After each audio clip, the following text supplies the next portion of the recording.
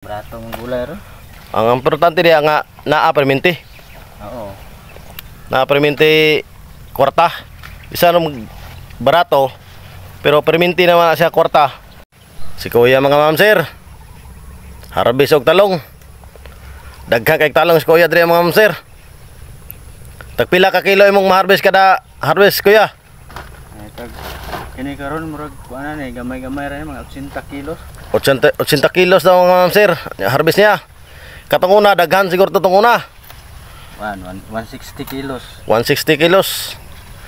Nindot baya kayong talong mga ma'am sir oh. Ano nag-harvest ni kuya? Tong aging kuan adlaw.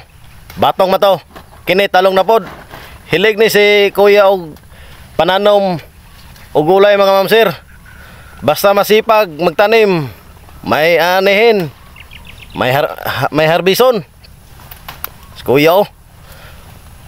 Nindot kayong talong ni kuya. Narang talong ni kuya ma'am sir oh, nasa sako. Daghan oy, oh. Mga class A. Class A talong ni kuya. Ha? Dagkuar ba? Sakto ginagabuno ni ba? Basta yung nanay. Abuno pa kanay permite kuya. 12 kadlaw. Tag 12 kadlaw mga ma'am sir. Abuno na pod. Abono na pod si kuya. Usa ka abono tira ni wani kuya? Complete ra og kuan. Complete og urea. Complete og urea ang gi abono ani mga ma'am sir. Pangbaligya gini kuya ni. Pero pangsudan okay po kay pangsudan. Pag diri sa area, libre. Libre po ka makakaon ba, makagulay. Nang talungan ni kuya mga ma'am sir oh. Ang lapad. Pero si kuya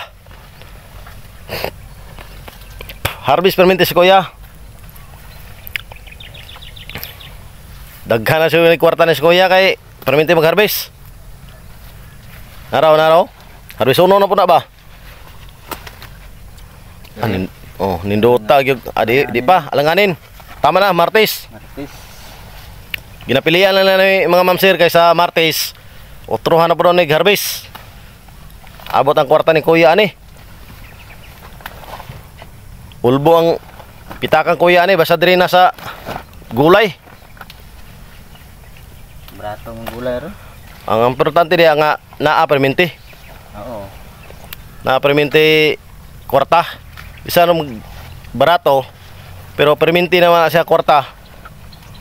Libre ng pangbuga sana, pangsudan, pangginamos mga ma'am sir, libre na. Hilig po kayo ni si kuya. Sigig pananom og gulay, mga batong, talong. Katong dito sa Pikas area niya dito, iyan na tong tamnan og okra. Puno ang suldanan mga ma'am sir oh. Puno, pinaburot yun. Kwarta-kwarta gini inani mga ma'am sir basta magkugi. Kwarta yun.